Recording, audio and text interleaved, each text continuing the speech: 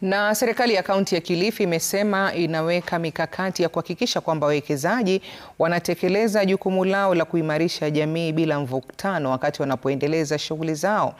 Wakiongozwa na gavana wa Kilifi Gideon Mung'aro, viongozi wa kaunti hiyo wamesema kwamba wawekezaji wapya eneo hilo watalazimika kujenga barabara kilomita 2 kabla ya kuanza shughuli za kuchimba madini katika eneo hilo.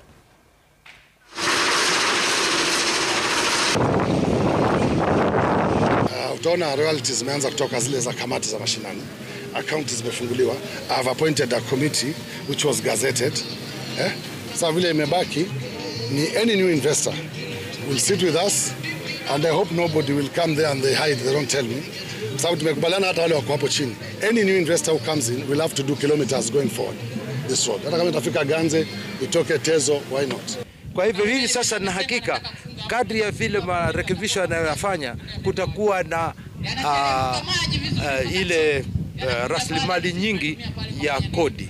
Lile kodi litafanya mara nyingi ya ziada kabisa. Sio kwa sababu ya njia ya lami, lakini kwa sababu ya urekebishaji ya ile njia ya kuchukua ile ushuru.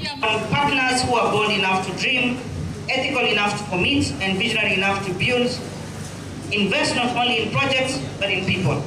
Seek not only profit but shared prosperity.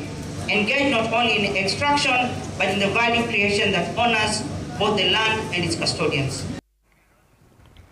Naam, tunapata mapumziko mafupi lakini usende mbali kwani tunarejea